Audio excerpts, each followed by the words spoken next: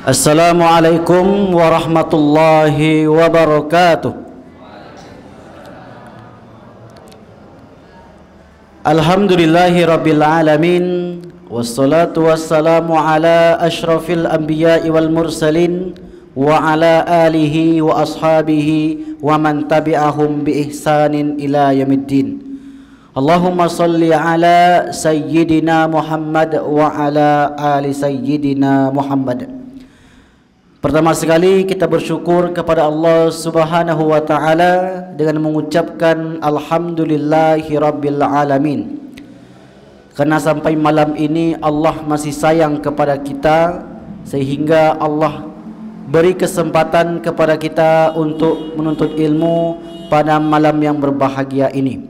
Mudah-mudahan waktu yang kita luangkan dicatat oleh para malaikat menjadi waktu yang berkah dan mendapatkan pahala hendaknya. Amin amin ya rabbal alamin. Kemudian salawat dan salam tak lupa pula kita kirimkan kepada baginda Nabi besar Muhammad sallallahu alaihi wasallam sekurang-kurang dengan lafaz Allahumma salli ala Muhammad wa ala ali Muhammad. Yang kami hormati pengurus masjid Ustadz Haji Ali Qasim, yang kami hormati orang tua kami, bapak-bapak, ibu-ibu yang dimuliakan Allah Subhanahu wa taala. Melanjutkan tema pada pertemuan 2 minggu yang lalu, yaitu kajian tauhid atau kajian akidah. Tema khusus yang kita angkat adalah perjalanan menuju hari akhir. Setiap kita, siapapun dan dimanapun kita hidup, kita pasti akan menghadap Sang Pencipta kita, Allah Subhanahu wa ta'ala. Tidak bisa kita menolak. Mau tidak mau, suka tidak suka, kita pasti akan bertemu dengan Allah Subhanahu wa ta'ala. Perjalanan menuju hari akhir ini ada 12 fase, 12 peristiwa yang akan dilalui oleh orang beriman. Sekarang kita hidup di dunia. Setelah hidup di dunia, perjalanan yang pertama adalah alam barzakh. Sudah lupa nampaknya.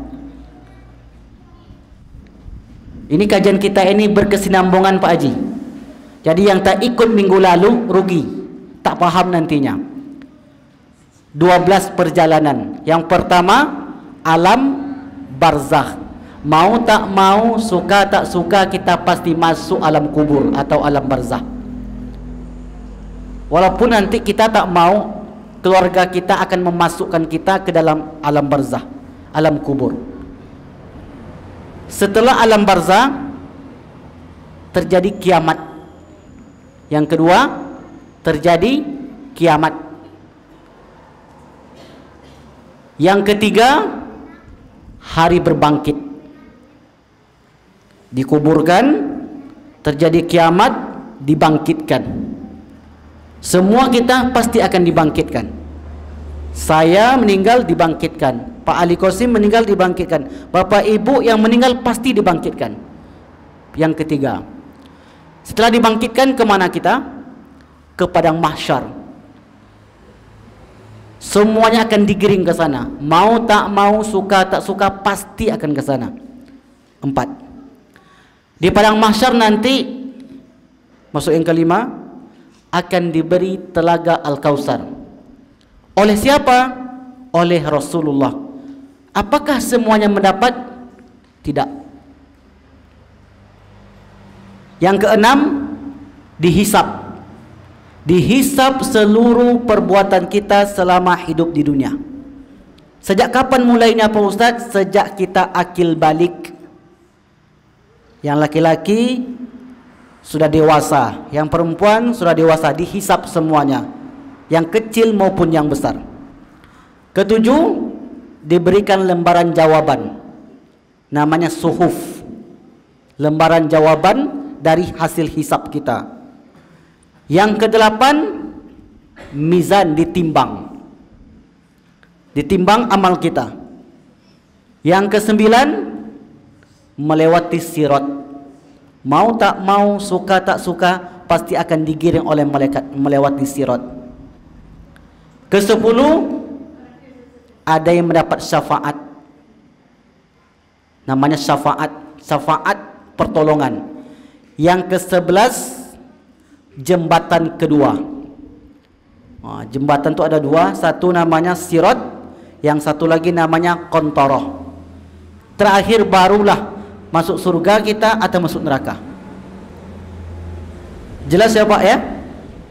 Ada 12, kita baru masuk yang kedua, yaitu tentang kiamat. Tapi sebelum itu kita mengingat kajian lama, mengingat materi kita pada minggu yang lalu. Alam barzah itu alam lain yang seperti alam kita ini. Semua akan masuk alam barzah. Cuma dua saja pilihannya, mendapat nikmat atau merasakan azab. Yang mendapat nikmat akan bisa berziarah, akan bisa berkunjung dengan saudaranya. Yang mendapat azab selamanya sengsara. Ada amalan, yaitu ada 5 amalan. Bila mana 5 ini kita kerjakan semasa hidup di dunia, maka azab kubur kita diringankan oleh Allah Subhanahu wa taala. Masih ingat Bapak Ibu? Masih ya? Ibu-ibu kami masih ingat yang 5 itu apa? Dah lupa? Cepat betul lupanya. Baru 2 minggu yang lalu. Yang pertama, bersedekah. Ada bersedekah, ada puasa, alhamdulillah, diringankan azabnya nanti. Tak perlu kita baca hadis lagi, kita mengulang saja. Yang kedua, ini yang bunyi yang belakang, ada diamalkan. Ada sebagian membaca surat Al-Muluk, Tabarakalladzi. Kapan? Malam sebelum tidur. Yang ketiga, berdoa. Kapan dibaca doa? Setelah innaka hamidum majid. Yang keempat, meninggal malam Jumat. Ada yang meninggal kemarin Pak Ustaz? Belum ada.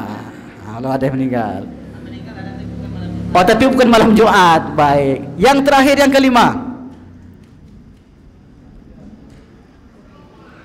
meninggal atau mati syahid.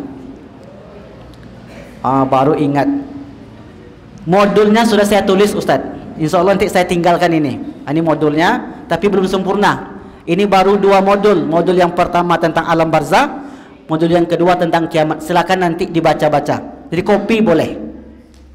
Kita sekarang masuk perjalanan yang kedua, yaitu kiamat. Mungkin di antara kita ada yang tidak merasakan kiamat. Tapi bisa jadi anak cucu kita nanti mereka akan bertemu dengan yang namanya kiamat. Kenapa kita mempelajari tentang kiamat ini? Karena perkara gaib merupakan di antara rukun iman kita, yaitu percaya dengan yang gaib. Suatu ketika Rasulullah duduk bersama para sahabat di dalam masjid. Kemudian datang orang yang tak dikenal, pakai baju putih, wajahnya bercahaya, tidak ada bekas orang perjalanan jauh. Datang langsung menghadap Rasulullah, duduknya iftiras, lutut dengan lutut Nabi itu bersentuhan saking dekatnya. Lalu kemudian orang ini bertanya, "Ya Rasul, sebutkan apa itu Islam?" Sebutkanlah Islam itu 5. Syahadat, puasa, solat, zakat, haji. Sodakta, betul kata orang ini. Sebutkan iman wahai Rasul. Sebutkanlah 6. Pada Allah, malaikat, Rasul, kitab, hari akhir, takdir baik, takdir buruk. Sebutkan tentang ihsan, tentang tazkiyatun nafsi, tentang tasawuf, tentang tarekat kalau bahasa kitanya. Anta'budallaha ka'annaka tarahu fa ilam takun tarahu fa innahu yaraka. Kita seakan-akan beribadah, kita beribadah seakan-akan melihat Allah.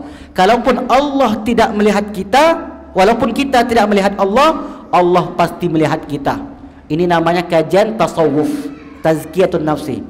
Yang keempat, as-sa'ah, tentang hari kiamat. Rasul tidak tahu kapan kiamat terjadi. Maka kata Rasul, al-mas'ulu a'lamu minas sa'il. Yang bertanya itu lebih paham daripada yang ditanya. Maksudnya yang datang orang tadi lebih paham daripada saya, kata Rasul. Kalau begitu, sebutkan tanda-tandanya. Inilah yang kita bahas, tanda-tanda kiamat. Maka kata Rasul dalam hadis Muslim itu disebutkan, antalidal amatu rabbataha, seorang budak melahirkan anak tuannya. Ada tuan rumah punya pembantu, pembantunya hamil, kemudian nanti anaknya itu tetap anak tuannya, pembantu itu yang istri ibu dari anak ini tetap menjadi pembantu. Itu tandanya, kata Rasul. Kemudian orang berlomba-lomba membangun gedung, yatatawaluna fil bunyan. Cuma dua yang disebutkan oleh Nabi dalam hadis itu. Tetapi dalam hadis yang lain disebutkan oleh Rasulullah tanda-tanda kiamat begitu banyak. Kita mungkin akan sebutkan sebagiannya saja, Pak Ustaz. Kiamat itu dibagi dua. Ada namanya kiamat besar, ada kiamat kecil. Tanda-tanda kiamat besar dan tanda-tanda kiamat kecil. Kita akan masuk dahulu tanda-tanda kiamat kecil. Yang pertama, nanti yang bisa jawab pertanyaan saya dari pembahasan ini akan saya kasih hadiah buku baru saya. Buku terbaru, Pak Ustaz, baru terbit minggu lalu. Akan saya kasih hadiah yang bisa menjawab. Tanda pertama kata Rasulullah sallallahu alaihi wasallam, terjadinya perang saudara dan orang mengaku nabi. Yang pertama, terjadi perang saudara antar sesama muslim dan ada orang yang mengaku nabi. Kita nanti jelaskan tanda-tanda ini apakah sudah berlaku atau belum. Kita tinggal menceklis aja. Oh, itu sudah berlaku, Pak Ustaz. Oh, ini belum. Ini sudah, Pak Ustaz, ini belum. Kalau sudah semuanya, maka dia akan bergeser ke tanda kiamat besar. Yang pertama tanda kiamat kecil. Ingat ya, tanda kiamat kecil, perang saudara dan mengaku nabi. Apa kata Rasulullah? La taqumu sa'atu hatta yaqtatila fi'atani fayakunu bainahuma maqtalatun azimatun da'wahuma wahidah. Nanti menjelang kiamat tiba akan terjadi peperangan yang begitu besar. Perperangan. Mereka menganggap perang itu sudah mereka itu bersatu. Perang ini tujuannya untuk bersatu, kata mereka. Tapi kata Rasul, perang itu bukan perang bersatu atau untuk menyatukan, tapi perang itu adalah untuk memecah belah antar umat beragama. Dia mengaku satu agama, mengaku satu kiblat, tapi masih berperang, masih saling menyalahkan, masih saling menyesatkan. Perang bisa makna perang militer, bisa makna perang pemikiran. Kemudian wala taqumu sa'atu hatta yub'atsa dajjalun kadzabun salasina qariban min salasin. Nanti akan ada di akhir zaman orang pendusta yang jumlahnya hampir 30 orang. Semua mereka itu mengaku nabi. Mengaku nabi. Ini sudah banyak terjadi. Zaman Nabi ada namanya Musailamah Al-Kadzab mengaku nabi. Di Indonesia ada nggak, Pak? Ada. Siapa namanya? Musaddiq, mengaku nabi. Mungkin nanti di kampung kita waktu itu ada orang mengaku malaikat. Bayangkan di Indonesia itu mengaku malaikat. Malaikat Jibril, Mikail, Israfil, Israel, semua keluarga malaikat. Ada yang mengaku nabi, ada yang mengaku Tuhan, Pak.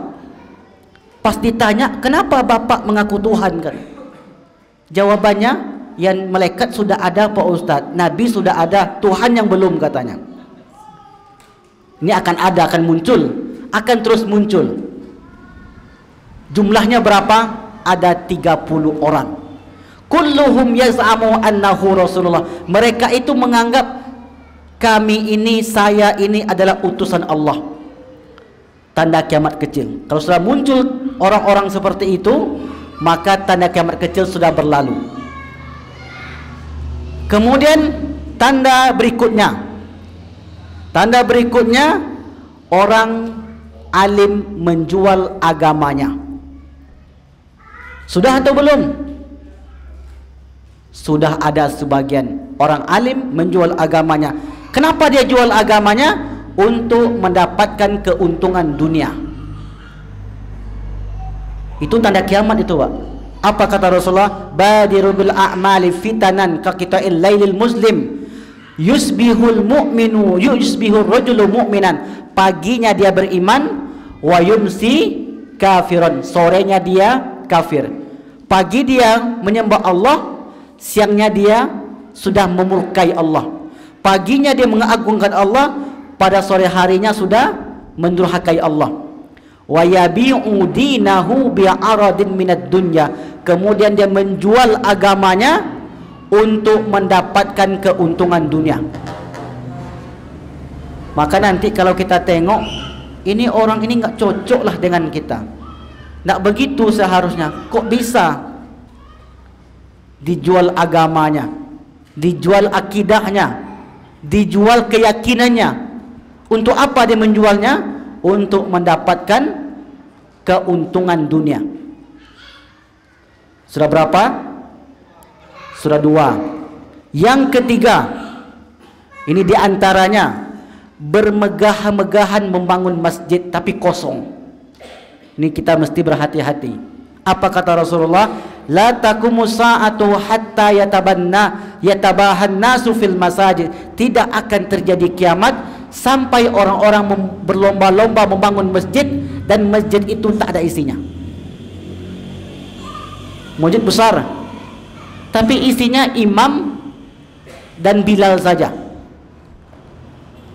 Ini fenomena seperti ini tidak bisa kita anggap biasa. Itu merupakan tanda-tanda kiamat kecil. Coba kita tengok di beberapa tempat, masjidnya besar, Pak. Pas tengok dalamnya, satu saf tak sampai. Kalau pas subuh, tinggal imam dengan Bilal. Yang lain tak tahu kemana. Inilah kata Rasulullah, la taqumu sa'ah, tak akan terjadi kiamat hatta yatabahan nasu fil masajid. Mereka membangun masjid itu untuk berlomba-lomba saja. Tengok masjid kami besar, masjid kamu kecil. Tengok masjid kami besar, tapi tak ada kegiatan agama di dalam itu. Tidak ada mengaji dalam itu. Tidak ada acara pengajian. Tidak ada mengajarkan anak-anak, sepi. Berlomba-lomba hanya untuk membangun masjid. Sudah berapa? 3. Mungkin kita ambil agak 7 saja Pak Ustaz. Yang berikutnya, memberi salam kepada yang dikenal saja. Kalau bukan kelompok dia, tak mau menyapa. Oh, itu bukan kelompok saya itu. Tak perlu. Itu lain alirannya. Tak perlu kita mengucapkan salam, berteman dengan dia. Kata Rasulullah, inna min asrati sa'a ayyusallimar rajulu 'ala rajuli la yusallimu alaihi illa lima'rifah.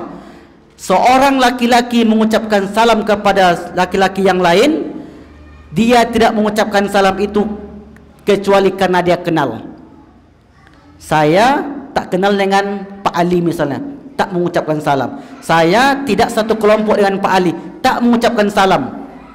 Oh, tak usahlah. Dia kan kelompoknya A itu, dia kelompoknya B, kelompoknya C, kelompoknya D. Tak perlu kita berteman dengan dia. Rasul dah mengingatkan 14 abad yang lalu, ayusallimar rajulu 'ala rajuli la yusallimu illa lima'rifah. Dia menyapa itu kecuali karena dia kenal. Kita begitu enggak? Kita tidak. Nah, kalau belum, maka tanda ini belum muncul. Tetapi di beberapa tempat sudah terjadi. Tapi nanti kata Rasul akan ada seperti itu. Akan ada kelompok-kelompok yang mereka itu tak mau mengucapkan salam kecuali kepada kelompoknya saja, kecuali orang yang dikenalnya saja. Berikutnya, hilangnya amanah. Amanah, diberikan amanat tetapi tidak amanat. Kata Rasulullah, "Idza duyya'atil amanatu fantaziris sa'ah." Jika amanah itu sudah hilang, diberi kepercayaan tak dilakukan, diberi amanah tak dihiraukan. Idza duyya'atil amanatu fantaziris sa'ah. Kalau sudah hilang amanah di antara kalian, maka tunggulah kiamat. Abu Hurairah bertanya, "Ya Rasulullah, kaifa idu'atuha?" Kok bisa hilang amanah itu ya Rasulullah? Kata Rasulullah, "Idza usnidal amru ila ghairi ahlihi fantaziris sa'ah." Apabila amanah pekerjaan diberikan kepada orang yang bukan ahlinya, maka tunggulah kiamat. Dia tak ahli jadi imam, berlagak jadi imam. Dia tak pandai berceramah, tapi pura-pura berceramah. Dia tak bisa mengelola organisasi, tapi mau jadi pemimpin. Tak bisa. Tapi pengen juga menjadi. Pokoknya saya bisa. Tak punya ilmu. Tak punya ilmu tentang imam, tak punya ilmu tentang kepemimpinan, tak punya ilmu tentang pengelolaan, tak paham sama sekali, tapi pengen juga menjadi orang terdepan. Maka iza usnidal amru ila ghairi ahlihi, kalau amanah itu disandarkan, diberikan kepada orang yang bukan ahlinya, yang tak pandai mengurusnya, fantaziris sa'ah, tunggulah kiamat. Sudah terjadi atau belum? Ini sudah terjadi. Sekarang jadi ustaz, baru 2 hari pakai peci, baru 2 hari mengaji, kebetulan pula jenggot panjang, pakai serban sebesar ban Vespa, pakai semiri kan, langsung masuk TV. Ustaz, dipanggil ustaz besar. Saya terkadang kalau dipanggil tuan guru, malu saya ustaz. Jenggot masih pendek, ilmu masih sedikit, tapi sudah dielu-elukan jadi ustaz besar, malu kita. Ulama-ulama kita dahulu, mereka malu ketika dipanggil ustaz besar, karena amanah itu. Tapi sekarang orang berlomba-lomba untuk menjadi ustaz besar. Nah, ini diantara tanda-tanda kiamat kecil. Kemudian yang berikutnya, banyak terjadi pembunuhan. Banyak terjadi pembunuhan. Apa kata Rasulullah? Baina yadis sa'a ayyamul haraj. Di antara tanda kiamat itu ayyamul haraj. Apa itu ayyamul haraj itu ya Rasulullah? Al-qatru, pembunuhan. Di sana pembunuhan, di sana pembantaian, di sana pembunuhan. Ketika ini sudah merata di dunia ini, maka tunggulah kiamat. Pembunuhan di mana-mana itu merupakan tanda-tanda kiamat kecil. Bahkan dalam hadis lain disebutkan, seorang anak nantinya tidak akan segan lagi untuk membunuh orang tuanya.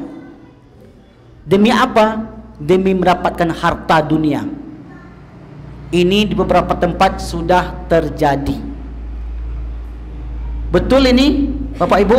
Terjadi atau belum? Sudah terjadi. Itu fenomena-fenomena seperti itu merupakan tanda-tanda kiamat kecil. Kemudian berikutnya, waktu terasa dekat.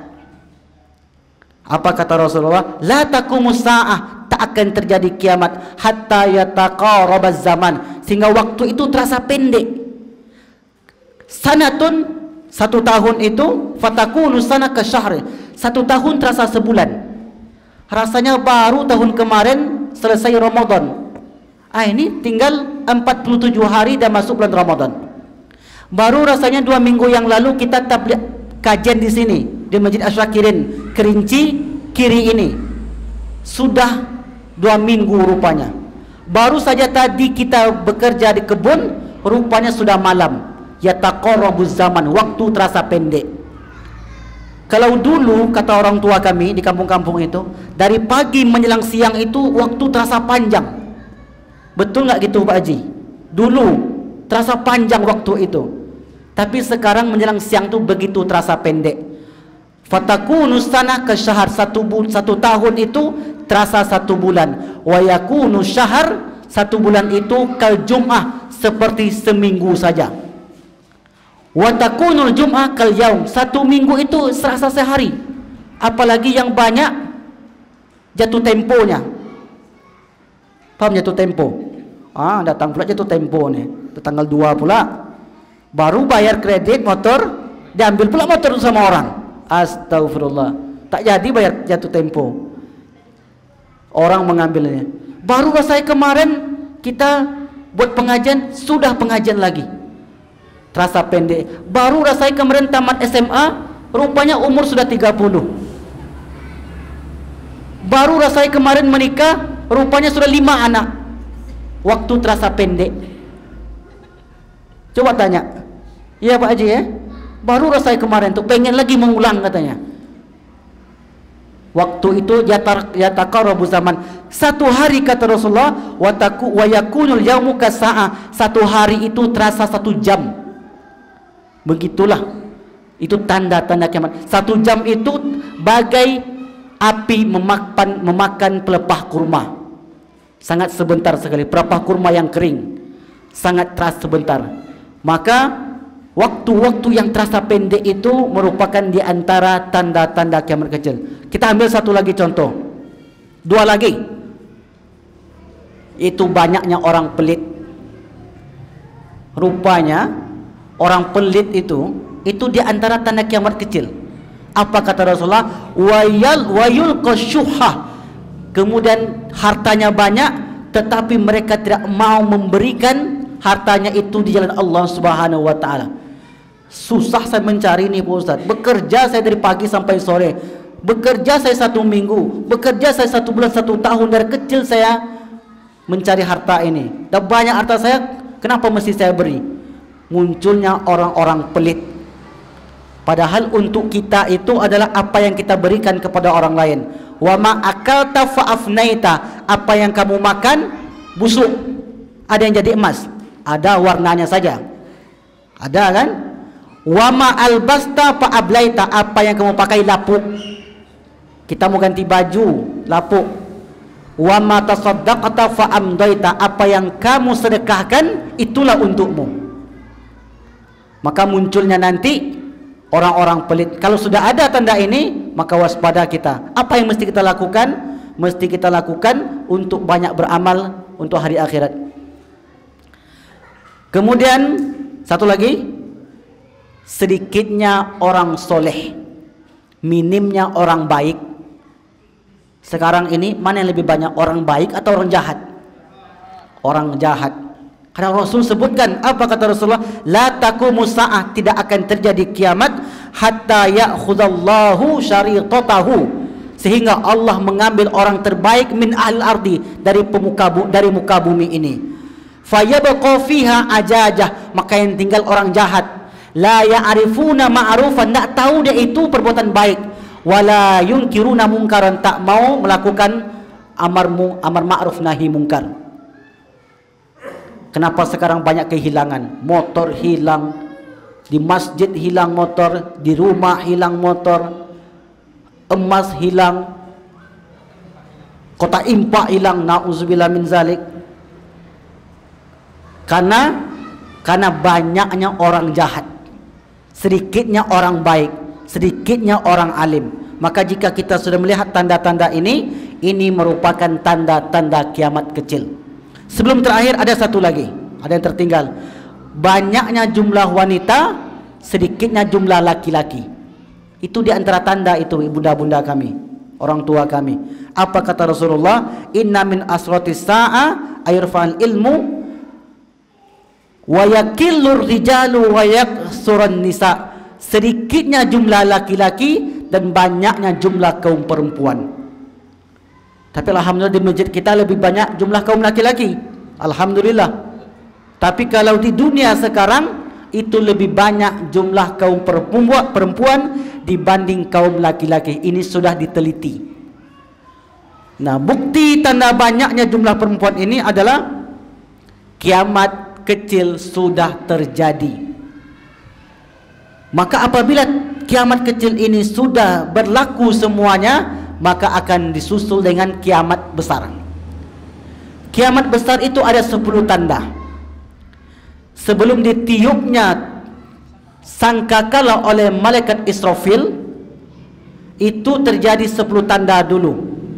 10 tanda ini mungkin kita nggak bertemu Pak Ustadz, tapi perlu kita jelaskan agar menjadi ilmu bagi kita. Tanda yang pertama yaitu diutusnya Imam Mahdi. Yang pertama, diutusnya Imam Mahdi. Imam Mahdi ini nama aslinya adalah Muhammad bin Abdullah. Yang pertama Imam Mahdi. Yang kedua, munculnya Dajjal. Pernah dengar Pak Haji? Dajjal. Pernah dengar bunda kami? Pernah ya? Yang ketiga, turunnya Nabi Isa alaihi salam.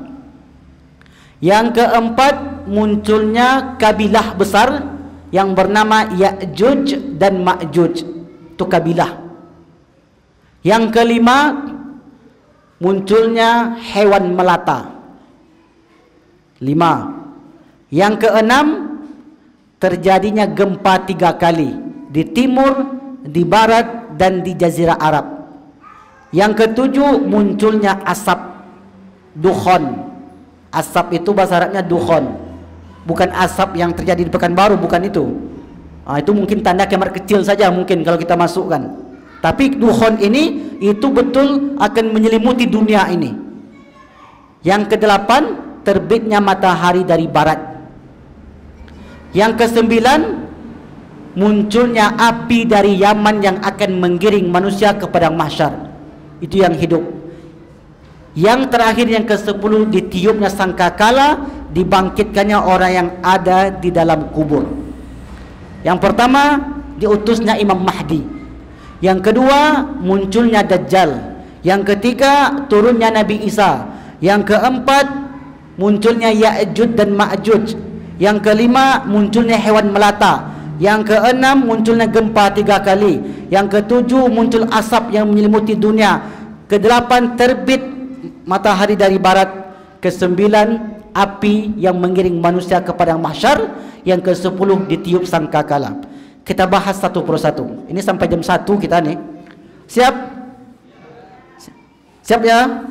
Siap Pak Haji? Sampai jam 1 kita nih, panjang nih pembahasannya. Kalau tak selesai, tanggung. Kalau minggu depan hilang lagi nanti, tak ingat lagi. Oke, yang pertama Imam Mahdi. Siapa sih Imam Mahdi? Imam Mahdi nama aslinya Muhammad bin Abdullah, keturunan dari Rasulullah Sallallahu Alaihi Wasallam. Apa tugas Imam Mahdi?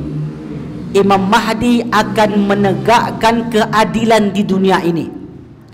Ketika Imam Mahdi itu turun, lahir dan muncul di baiat, maka dia akan menegakkan keadilan di dunia ini sehingga tidak ada lagi kejahatan dan kezaliman. Insya Allah di zaman Imam Mahdi itu kalau letak motor tepi jalan tak akan hilang, karena damai ketika itu.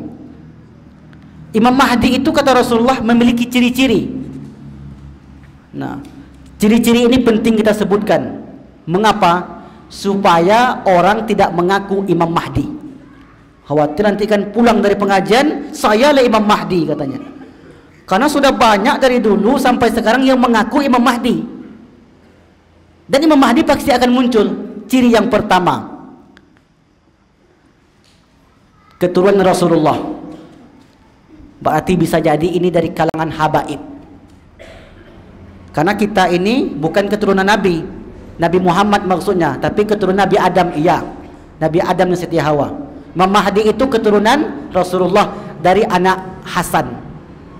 Berarti kemungkinan besar itu dari habaib, keturunan Rasulullah. Yang kedua, hidungnya mancung. Hidungnya mancung. Ada orang kampung kita, Kerinci Kanan, dia habaib misalnya, tapi hidungnya jongkok, nggak mancung. Berarti keluar berarti. Tak masuk. Jadi gak gampang kita nanti membedakannya. Aknal anfa, hidungnya mancung. Wa ajala jabaha, jidatnya lebar. Jidatnya lebar. Ciri yang pertama tadi, keturunan Rasulullah. Berarti kita nggak masuk berarti. Kalau ada orang kampung sini ngaku Imam Mahdi, nanti tengok KTP-nya. Kamu habaib bukan? Kalau bukan, bukan berarti. Kedua, hidung kamu nak mancung. Yang ketiga, jidat kamu nggak lebar. Berarti 3 ciri ini. Kenapa kita jelaskan ini, Bapak Ibu? Supaya ketika ada orang mengaku-ngaku Imam Mahdi nanti, kita ada bisa bantah. Kemudian tugasnya apa? 3 saja disebutkan ciri oleh Rasulullah. Tugasnya apa? Wa yamli'ul arda qistan wa adlan. Dia akan menegakkan keadilan di dunia ini. Kama muli'at jauran wa zulman. Sebagaimana sebelumnya terjadi kezaliman dan kejahatan di dunia ini. Imam Mahdi tak lama. Imam Mahdi menjadi pemimpin hanya 7 tahun saja. Tapi selama 7 tahun itu hidup damai. Bapak tinggal sawit, bapak di kebun sawit, tak akan diambil orang. Begitulah amannya nanti. Dia akan menegakkan kedamaian. Dia akan memberikan harta kepada yang berhak menerimanya. Imam Mahdi. Umur berapa dia diangkat Pak Ustadz? Umur 51 atau 52 tahun. Itu disebutkan oleh para ulama dalam kitab mereka. Jadi itu ciri-cirinya. Tanda-tanda munculnya. Tanda munculnya itu kata Rasulullah, la al-anal mahdiyya la yakhruju hatta tuqtala nafsu zakiyah. Imam Mahdi tidak akan muncul sehingga jiwa-jiwa suci dibunuh. Apa makna jiwa suci? Orang tak berdosa dibunuh. Anak-anak kecil dibantai, ditembak, disiksa sampai mati. Jika ini telah berlaku, maka kemunculan Imam Mahdi itu akan dekat. Dibunuhnya anak-anak kecil tak berdosa, orang-orang tua yang soleh, orang-orang tua, ibu bunda-bunda yang solehah, tidak berdosa sama sekali, dibunuh jiwa-jiwa suci itu. Fa iza qutilatin nafsu zakiyah, apabila jiwa-jiwa suci itu dibunuh, ghadiba alaihi man fis sama, maka penduduk langit marah. Wa ghadiba man fil ardi, maka penduduk bumi pun marah. Kita marah menengok jiwa yang suci itu dibunuh. Kita marah menengok orang tak bersalah itu dibunuh. Marah penduduk langit, para malaikat, marah penduduk bumi, itu manusia, maka kemunculan Imam Mahdi sudah dekat. Kalau itu yang terjadi, maka Imam Mahdi itu akan muncul. Pembunuhan itu di mana? Nanti akan terjadi di mana-mana. Sampaikah ke tempat kita ini? Akan sampai. Pembunuhan itu akan terjadi di mana-mana. Ketika itu orang tak segan lagi mencuri depan orang banyak, dibunuh mereka. Tapi ada ketika itu jiwa-jiwa yang tak bersalah akan dibunuh, akan dihabisi. Maka ketika itu terjadi, muncullah Imam Mahdi untuk membela orang-orang mukmin yang tertindas ketika itu. Dari mana munculnya Imam Mahdi ini Pak Ustadz? Imam Mahdi muncul dari arah timur. Arah timur itu di daerah Iran atau Irak. Apa kata Rasulullah? Yaqtatilu inna kanzikum salasatun kulluhum ibnu khalifah, summa la yasiru ila wahidi minhum, summa tatlu'u rayatus sauda atau rayatus sud min qabil masriq. Akan ada nanti panji berwarna hitam, warnanya hitam, panjinya berwarna hitam, bendera berwarna hitam, bertuliskan la ilaha illallah Muhammad Rasulullah. Maka Imam Mahdi itu akan muncul membawa panji tersebut. Dari mana arah munculnya? Akan muncul dari arah timur, yaitu di daerah Arab, daerah Iran. Timur itu disebut Khurasan, juga disebut timur. Maka kata Rasulullah, fa idza ra'aitumuhu, jika kalian bertemu dengan orang seperti itu, fabayi'uhu, maka bai'atlah dia, walau habwan ala saldi, walaupun merangkak di atas salju. Fa innahu khalifatullah al-mahdi, karena dia adalah khalifah Allah al-mahdi yang dijanjikan oleh Allah subhanahu wa ta'ala. Sebelum Dajjal muncul, akan terjadi perang besar. Perang besar ini antara kaum muslimin dan orang Yahudi. Itu pasti akan terjadi, tak bisa dihindarkan.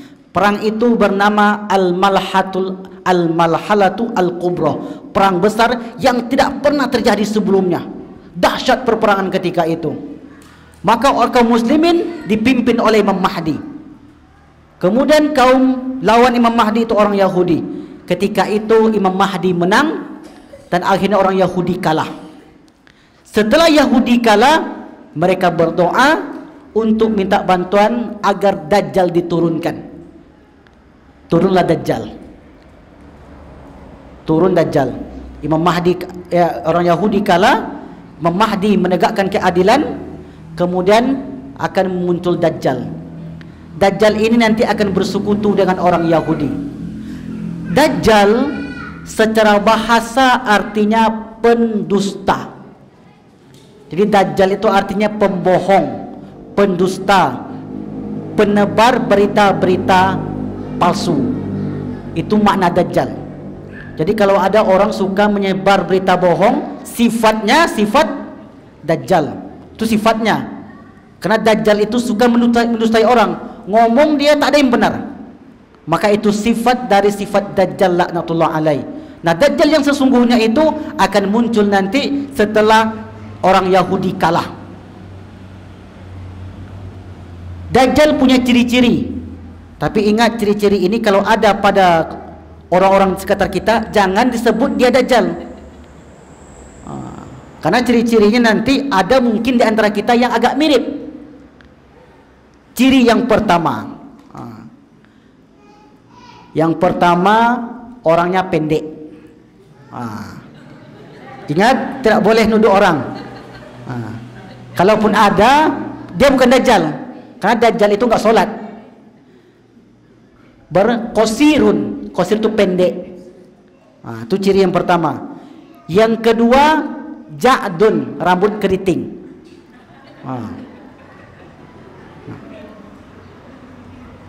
Pendek, rambut keriting.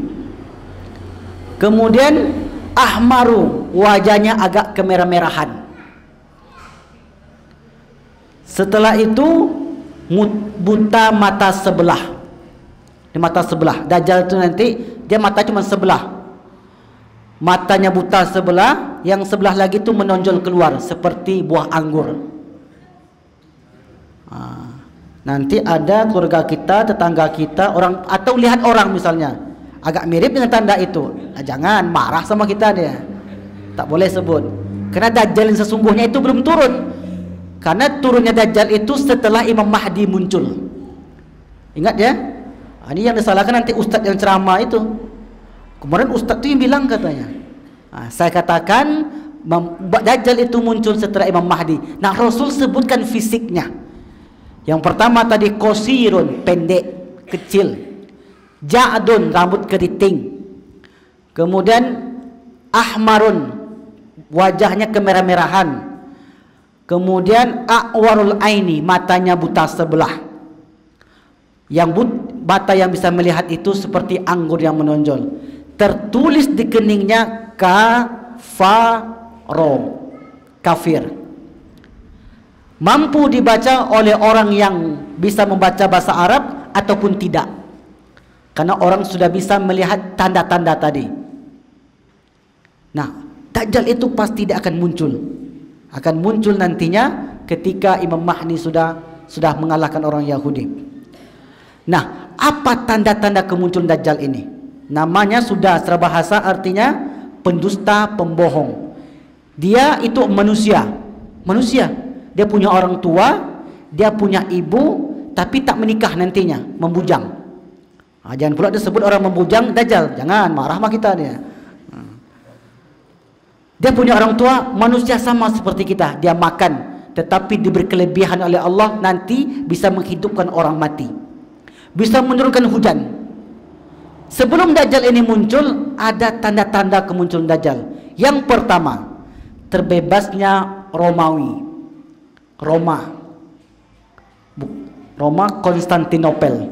Konstantinopel itu dulu luas. Nah, yang dimaksud para ulama Romawi di sini adalah Roma itu sendiri. Roma itu nanti akan dibawa kekuasaan Imam Mahdi. Bukan hanya Roma, dunia ini. Dunia ini akan aman, damai, sentosa. Tak ada lagi kecurian, tak ada lagi pembunuhan, pokoknya serba enak hidup ketika itu. Maka nanti akan terbuka. Apa kata Rasulullah? Umranu Baitul Maqdis kharabu Yasrib, wa kharabu Yasrib khurujul malhama, wa khurujul malhama fathu Konstantinia, wa fathu Konstantinia khurujud Dajjal. Terbukanya Konstantinopel, Roma, maka Dajjal akan muncul ketika itu. Itu tanda yang pertama. Tanda yang kedua, Rasul sebutkan terjadi kemarau panjang. Di kemarau panjang, Pak. Iza kana qabala khuruj Dajjal bi salasa sinin, 3 tahun sebelum Dajjal itu muncul akan terjadi kemarau panjang. Habasatis sama'u sulusa qatriha, langit tidak menurunkan hujannya kecuali sepertiga saja. Wa habasatil ardu sulusa nabatiha, bumi tidak menumbuhkan tumbuhannya kecuali sepertiga saja. Ditanam misalnya 10, yang tumbuh 3. Kira-kira begitu pemahamannya. Pada tahun kedua, fa in kana sanatu saniyatu, pada tahun keduanya habasatis sama'u sulusai qatriha, maka langit akan menahan 2/3 dari hujannya. Wa habasatil ardu sulusain nabatiha, dan bumi akan menahan tumbuhannya 3/2 dari hasil bumi itu. Tanam 10, yang tumbuh cuma 2. Kira-kira begitu. Pada tahun ketiga, wa iza kanatis sanatu salisatu habasatis sama'u kulluha qatraha kulluha, langit menahan semua hujannya, tak hujan-hujan sama sekali, dan bumi tidak bisa menumbuhkan apa-apa ketika itu. Kehidupan ketika itu sangat sulit. Hujan tak turun, tumbuhan tak tumbuh. 3 tahun lamanya. Setelah 3 tahun ini berlalu, datang Dajjal ke kampung-kampung, ke desa-desa. Sayati'ud Dajjal ardu kulluha, Dajjal akan datang memberi bantuan kepada kampung tersebut. Mau ndak saya hidupkan tanaman ini? Mau ndak sapi kamu itu saya buat gemuk? Mau nggak sapi kamu itu saya buat banyak susunya? Dajjal bisa begitu nanti. Saya tahu ardu kulluha. Maka ketika itu orang-orang yang lemah imannya, dia mengatakan, apapun yang engkau minta wahai Dajjal, saya akan ikut kamu, yang penting saya bisa makan. Tapi orang beriman ketika itu dia tahu, oh ini nak benar ini. Karena yang bisa menghidupkan, yang bisa mematikan itu ada Allah Subhanahu wa taala. Kajian tentang Allah ini itulah kajian tauhid. Kajian yang kita kaji sekarang. Tapi ternyata ketika itu Bapak Ibu banyak yang ikut Dajjal. Nah, siapa pengikut Dajjal? Yang pertama orang Yahudi. Orang Yahudi pengikut Dajjal, sudah pasti. Yang kedua, perempuan yang lemah imannya. Fayakunu aktsaru may yakhruju ilaihin nisa. Maka yang kebanyakan pengikut Dajjal itu nanti adalah perempuan. Para ulama bertanya, kenapa perempuan? Karena perempuan ini tak tega menengok anak kelaparan. Tadi zaman kemarau panjang, tak tumbuh-tumbuhan, ada bantuan roti dari orang. Kira-kira seorang ibu rela enggak tidak memberi anaknya makan? Ada rotinya, anak nangis kelaparan, tak diberi. Kira-kira seorang ibu rela enggak? Takkan rela. Tapi ibu yang beriman, yang kuat kokoh keimanannya, dia akan rela mati, meninggal fisabilillah daripada ikut Dajjal. Ketika itu iman betul-betul dipertaruhkan. Apakah semua kaum perempuan akan ikut Dajjal? Tidak. Yang akan mengikut Dajjal itu adalah orang-orang yang imannya lemah. Kaum laki-laki ada, yaitu kaum laki-laki yang bersifat seperti sifat kaum perempuan. Seperti apa itu Pak Ustadz? Yang lemah imannya. Itu tanda yang kedua. Sudah terjadi kemarau panjang 3 tahun tak tumbuh sawit? Belum, berarti masih lama. Mungkin kita tak akan bertemu. Yang tanda ketiga, terjadi 3 fitnah. Yang pertama namanya fitnatul ahlas, yang kedua fitnatul sarra, yang ketiga fitnatul duhaima. Fitnatul ahlas itu adalah fitnah yang bertubi-tubi. Ahlas itu artinya pelana kuda yang terlalu menempel di kuda. Itu maknanya fitnah yang bertubi-tubi. Orang baik nanti difitnah. Orang baik membuat kebaikan dituduh membuat kejahatan. Fitnatul ahlas. Fitnah itu tak hanya berhenti sampai di situ. Selesai fitnah satu, muncul fitnah kedua. Selesai fitnah kedua, fitnah ketiga, terus begitu. Jadi orang baik ketika itu akan difitnah oleh orang-orang yang ingkar kepada Allah Subhanahu wa taala. Yang kedua, fitnatus sarra. Orang berperang karena merebutkan harta. Orang tuanya meninggalkan harta warisan, berperang. Banyak harta warisan, sekian miliar, sekian ratus juta, sekian puluh hektar sawit ditinggalkan oleh orang tuanya, bukan malah mendatangkan kebaikan, tetapi membuat mereka bercerai-berai. Walaupun sudah muncul sekarang, tapi nanti sebelum Dajjal muncul lebih dahsyat lagi. Tak segan kakak membunuh adik, abang membunuh adik, tak segan ketika itu. Yang ketiga, fitnatul duhaima, fitnah para pemimpin. Yang ketika itu pemimpin tidak menghiraukan rakyatnya. Walaupun sekarang misalnya sudah terjadi, tetapi ketika itu akan lebih dahsyat lagi. Terjadi 3 fitnah. Yang keempat, terjadi berbagai kejadian besar. Yang ketika itu orang muslim itu sudah muak nanti dengan kehidupan dunia ini. Seharusnya maunya begini, tapi ternyata begitu. Seharusnya yang kita inginkan begini, rupanya yang ingin tidak tercapai. Sudah muak, yatafaqum fi anfusikum. Maka ketika semua perkara itu memuncak dalam dirinya, maka ketika itu barulah Dajjal akan muncul. Yang terakhir dari tanda munculnya Dajjal ini, yaitunya orang-orang tidak mau lagi membicarakan tentang Dajjal. Para pemimpin tidak lagi mengingatkan bahaya Dajjal. Apa kata Rasulullah? La yakhrujud Dajjal hatta yazhalan nasu an zikri. Dajjal tidak akan keluar sampai orang-orang tak mau lagi menyebut Dajjal. Wa hatta tatrukal a'immatu zikru alal manabir. Para pemimpin tidak mau lagi mengingatkan bahaya Dajjal di mimbar-mimbar mereka. Maka nanti Bapak Ibu, sebelum Dajjal yang sesungguhnya ini muncul, akan muncul sistem Dajjal. Dajjal apa artinya tadi? Kebohongan, penipuan, pendusta. Itu Dajjal. Itu nanti yang akan dibawa oleh Dajjal, berjumpa dengan orang-orang. Sebelum Dajjal ini muncul, akan muncul sistem Dajjal, akan muncul fitnah Dajjal. Itulah doa yang kita ajarkan kemarin. Allahumma inni a'udzubika min azabil qabri. Ya Allah, aku berlindung kepadamu dari azab kubur, wa min azabi jahannam, dan azab neraka jahannam, wa min fitnatil mahya wal mamat, fitnah hidup dan mati. Yang terakhir, wa min fitnatil masihid dajjal. Jadi fitnah masih dajjal, yaitu fitnah kedustaan. Ketika itu tak ada yang bisa dipercaya. Sistem Dajjal muncul, sistem kebohongan, sistem manipulasi, sistem yang ketika itu hanya menguntungkan orang-orang yang berdusta. Dahsyat sekali. Ketika sistem ini semakin banyak, semakin besar, semakin besar, maka barulah Dajjal yang sesungguhnya itu menyambutnya nanti. Berikutnya, pertanyaan berikutnya, di mana Dajjal muncul? Apakah di kerinci kiri, kerinci kanan, atau di siak? Rasul pun sudah menyebutkan, insya Allah tidak di tempat kita. Apa kata Rasulullah? Ad-Dajjalu yakhruju min ardin bil masyriq. Dajjal akan keluar dari sebuah daerah, yaitu di timur. Mana timur ini? Yuqalu laha Khurasan. Khurasan. Di mana Khurasan? Di Iran. Khurasan itu nama tempat yang berada di Iran sekarang ini. Maka menurut hadis ini, Dajjal akan keluar dari Iran. Ada hadis lain mengatakan Dajjal akan muncul di antara Irak dan Syam. Artinya masih di daerah Timur Tengah, tidak di tempat kita ini.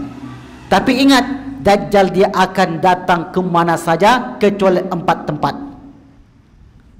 Sampai ke masjid kita, sampai ke rumah kita, sampai ke keluarga kita, sampai. Dia tidak akan mendatangi 4 tempat saja. Apa itu 4 tempat itu? Yang pertama, Masjid Nabawi, la yakhruj, la yadkhul, tidak masuk. Dajjal tidak masuk Masjid Nabawi, Dajjalnya. Tapi kalau orang kafir bisa masuk Masjid Nabawi. Orang munafik, orang kafir bisa masuk Masjid Nabawi. Sekarang sudah terjadi. Beberapa waktu yang lalu ada seorang perempuan yang beragama non muslim dia sampai ke Masjid Nabawi, masuk ke dalam Ustaz. Karena tak ada jaminan orang non-muslim.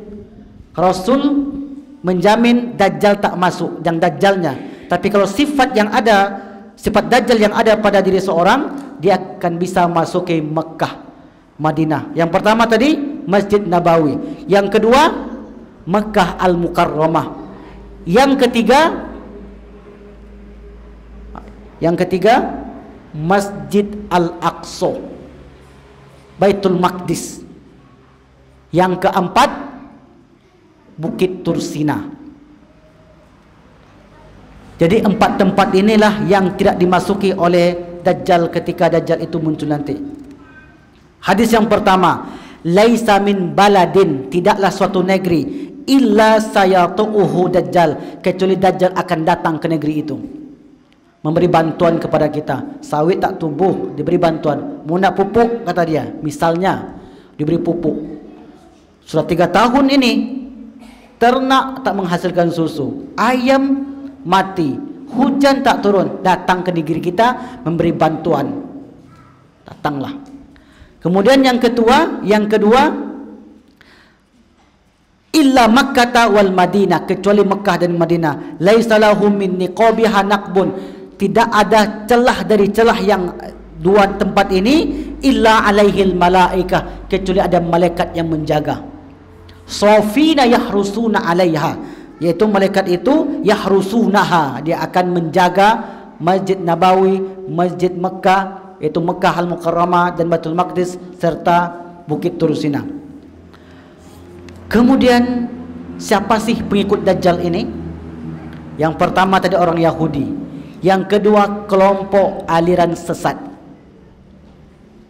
Jadi kita mudah nanti, tapi jangan pula katakan ada aliran sesat yang disesatkan oleh MUI kita sebut pengikut Dajjal. Belum. Tapi nanti akan orang sesat ini akan mengikuti Dajjal. Yang ketiga kaum perempuan, yang keempat orang munafik. Nah, jika Dajjal itu begitu hebat Pak Ustaz, bagaimana cara kita berlindung? Berlindung dari Dajjal dan berlindung dari sistem Dajjal. Cara berlindung dari Dajjal atau sistem Dajjal adalah, yang pertama, kita berada di kota Mekah Al-Mukarramah. Itu yang pertama.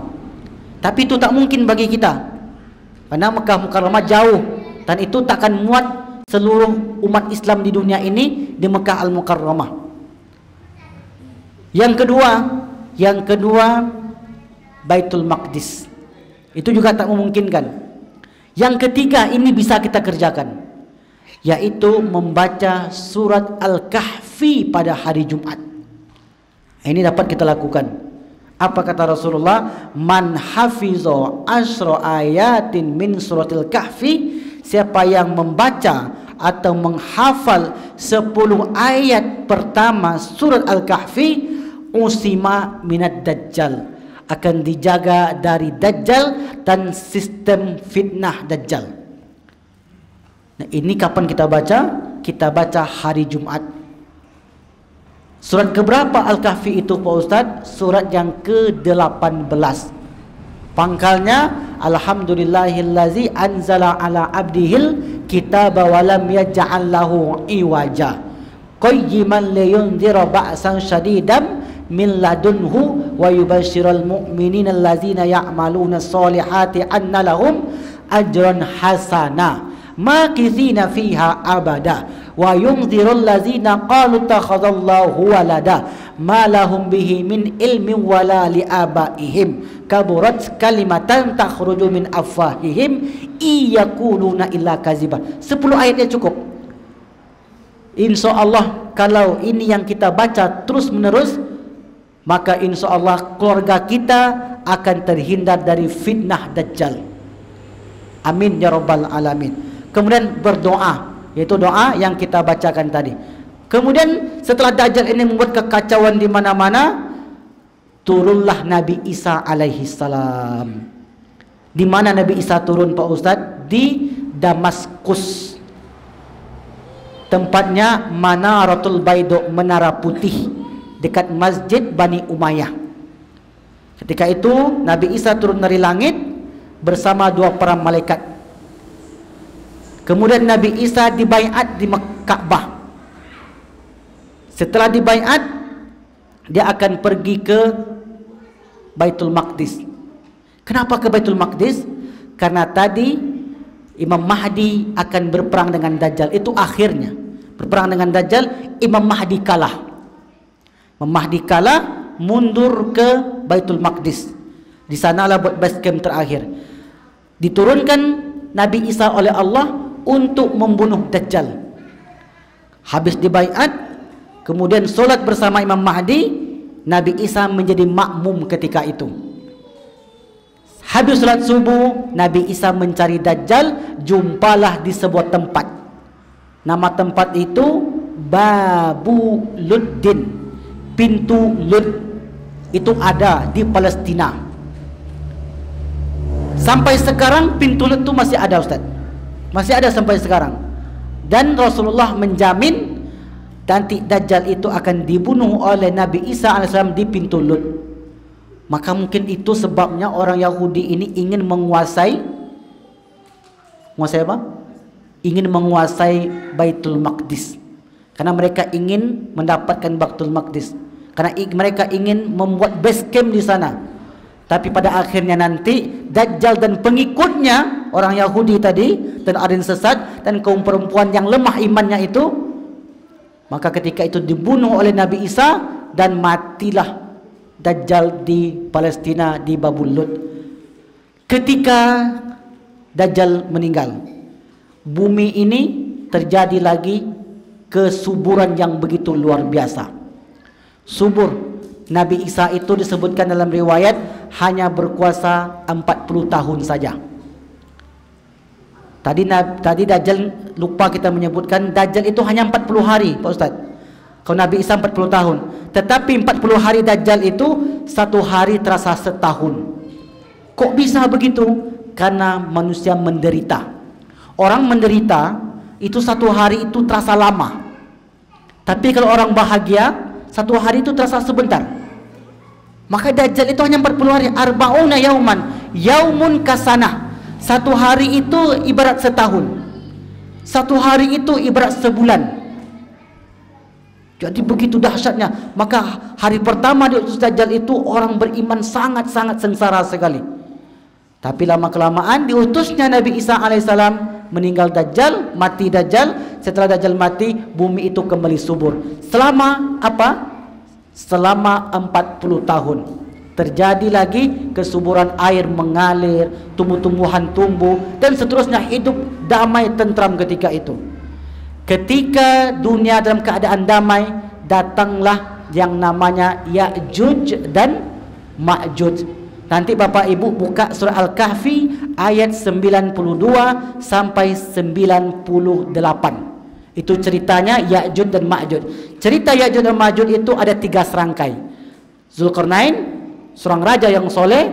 Tembok ini bukan tembok Cina ya. Nanti tembok Cina pula, tidak. Yang ketiga Ya'juj dan Ma'juj. Ketika itu Ya'juj dan Ma'juj sudah diutus dulu zaman Zulkarnain. Enggak tahu kita zaman siapa itu.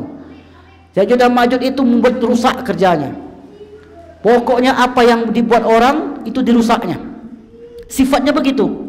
Sifatnya suka merusak. Maka kalau ada orang sekarang ini yang suka merusak, maka sifatnya itu sifat Ya'juj dan Ma'juj. Orang buat pengajian, dia bubarkan. Orang buat majlis, dia bubarkan. Itu sifat Ya'juj dan Ma'juj itu. Maka ketika itu didatanglah Zulkarnain. Ya Zulkarnain, inna Ya'juj wa Ma'juj mufsiduna fil ard. Wahai Zulkarnain, sesungguhnya Ya'juj dan Ma'juj itu buat rusak aja kerjanya. Tolong dipenjarakan dia. Kemudian kata Zulkarnain, atuni zubural hadid, tolong berikan aku besi. Dipanaskan besi, dikurung Ya'juj dan Ma'juj. Sampai kapan? Nanti Ya'juj dan Ma'juj akan turun ketika Nabi Isa sudah mengalahkan Dajjal. Apa yang dilakukan oleh Ya'juj dan Ma'juj ketika itu?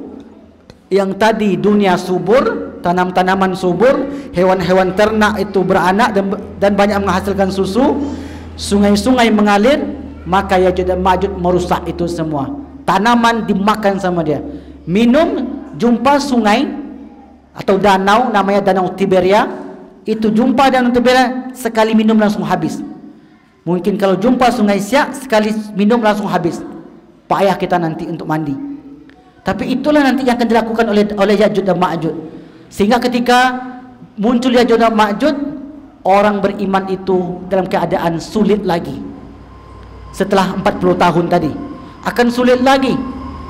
Maka ketika itu Nabi Isa lari ke Bukit Tursina. Nabi Isa lari ke Bukit Tursina bersama para pengikutnya. Kemudian Ya'juj dan Ma'juj ini sombong dia. Apa katanya? Apa kata dia? Dalam hadis mengatakan, fayarmuna bi ishamihim man fis sama. Mereka arahkan panah mereka ke langit, fatarji'u makhdabatan bid-dima. Panah itu turun ke bawah penuh dengan darah. Ketika itu Ya'juj Ma'juj mengatakan, qaharna ahlal ardi, kita telah menundukkan penduduk bumi, wa ghalabna man fis sama, dan kita telah mengalahkan orang yang ada di langit. Itu kata Ya'juj dan Ma'juj. Maka sifatnya sombong ketika itu. Ya'juj dan Ma'juj dia berbuat sombong. Kemudian Rasulullah menjelaskan, sebenarnya siapa sih Ya'juj dan Ma'juj ini? Apakah Ya'juj dan Ma'juj itu binatang, hewan, atau manusia kayak kita? Maka Rasul menyebutkan, absiru, ketahuilah, beri kabar gembira, ini Ya'juj dan Ma'juj itu adalah rijal, orang. Tapi mereka itu adalah dua kabilah yang besar. Yang Ya'juj dan Ma'juj itu punya fisik. Ini ada fisiknya, ada sifat fisiknya. Yang pertama kata Rasulullah, inna Ya'juj wa Ma'juj, Ya'juj dan Ma'juj iradul wujuh, mukanya lebar. Ingat, kalau jumpa orang muka lebar, jangan dibilang Ya'juj dan Ma'juj. Karena Ya'juj dan Ma'juj ini sifatnya jahat. Ya'juj dan Ma'juj mukanya lebar, iradul wujuh, sigharul uyun, matanya sipit. Ini tak boleh kita nyebut orang. Tapi Ya'juj dan Ma'juj nanti lebar mukanya, sipit matanya, suhbul syi'ab. Di kepalanya itu ada tanda putih. Ka'anna wujuhahum majanul mutraqah, wajah mereka itu seperti perisai yang bulat. Jadi ada 4 ciri yang disebutkan oleh Rasulullah. Yang pertama wajahnya lebar, yang kedua matanya sipit, yang ketiga di kepalanya ada tanda putih, kemudian wajahnya itu bulat seperti perisai. Itu sifat yang disebutkan oleh Rasulullah sallallahu alaihi wasallam. Kemudian Ya'juj dan Ma'juj ini buat kerusakan sehingga Nabi Isa berdoa kepada Allah Subhanahu wa taala. Apa doanya? Ya Allah, musnahkanlah Ya'juj dan Ma'juj. Kemudian Allah utus ulat, naghafan, ulat, yang ulat itu nanti akan memakan leher mereka, dan bumi ini tidak ada satu tanah pun kecuali dipenuhi oleh bangkai Ya'juj dan Ma'juj. Kemudian ketika itu Nabi Isa berdoa lagi, ya Allah, buanglah semua bangkai ini. Turun hujan lebat. Setelah itu datang burung mengambil bangkai Ya'juj dan Ma'juj dan dibuang ke suatu tempat. Maka pada fase berikutnya orang-orang akan hidup damai kembali, subur kembali, disebabkan bangkai Ya'juj dan Ma'juj tadi.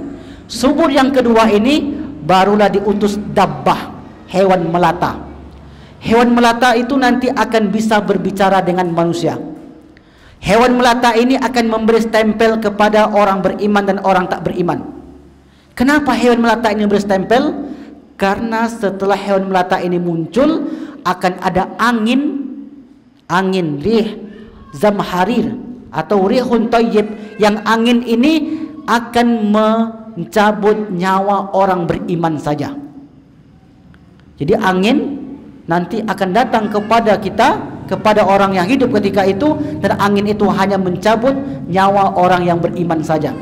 Maka fayabaqo ala syirarihim, maka yang tinggal ketika itu tidak ada kecuali orang-orang jahat dan orang-orang yang maksud kepada Allah Subhanahu wa taala. Ketika tak ada lagi yang menyebut asma Allah, muncul gempa 3 kali. Muncul gempa 3 kali, setelah itu muncul asap. Asap tebal. Tak kiranya asap tebal ini menyebabkan matahari terbit dari barat. Ketika matahari terbit dari barat, tidak ada lagi pintu taubat ketika itu. Maka matahari terbit dari barat, datanglah api dari Yaman. Api dari Yaman yang mana api ini akan menggiring orang-orang yang hidup ketika itu menuju perjalanan berikutnya, yaitu padang mahsyar. Kemudian orang-orang yang ada dalam kubur akan ditiup sangkakala oleh malaikat Israfil. Orang yang hidup di dunia akan digiring ke padang mahsyar. Orang yang ada dalam kubur atau alam barzah akan dibangkitkan oleh Allah SWT menuju padang mahsyar. Maka insya Allah sebelum ke padang mahsyar, pembahasan yang kita bahas adalah bangkit dari kubur. Orang-orang yang hidup tadi sudah sampai ke padang mahsyar, tapi orang-orang yang ada dalam kubur ditiup sangkakala oleh malaikat Israfil, dan ketika itu mereka keluar semuanya. Keluar semuanya itu dalam keadaan sesuai amalnya. Man asya alaihi mata alaihi. Seperti apa dia hidup, maka seperti itu dia mati. Wa man asya alaihi mata alaihi. Seperti apa dia mati, wa man mata alaihi bu'itsa alaihi. Seperti apa dia mati, maka seperti itulah nanti akan dibangkitkan. Kalau selama hidup suka membantu orang, maka insya Allah meninggalnya akan mudah kan dalam membantu orang. Kalau meninggal dalam keadaan baik, maka dibangkitkan dalam keadaan baik pula. Dan ketika itu manusia hanya dua kelompok saja. Ketika dibangkitkan dari alam barzah, manusia hanya dua kelompok saja. Dua kelompok ini insya Allah akan kita bahas pada pertemuan berikut, insya Allah. Maka yang tak ikut ngaji malam ini tak dapat cerita ini, karena ini macam sinetron. Macam sinetron, kalau tak ikut dari awal tak nyambung dia. Karena kalau sinetron kan kalau tak ikut rugi ya, Bu ya. Rugi kan? Aduh, apa kemarin sambungannya ya? Rugi. Ini kita buat kajian kita macam sinetron. Alam barzah sudah selesai. Kiamat sudah selesai malam ini.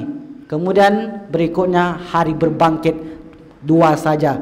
Mudah-mudahan kita termasuk yang pertama, tak termasuk yang kedua. Amin ya rabbal alamin. Apa yang kedua ini? Insya Allah akan kita sambung pada pertemuan yang akan datang. Amin, amin ya rabbal alamin. Saya simpulkan, pengajian malam ini adalah pengajian tentang kiamat. Kiamat itu ada dua, kiamat kecil dan kiamat besar. Kiamat kecil punya beberapa tanda, sebagaimana yang telah kita sebutkan tadi.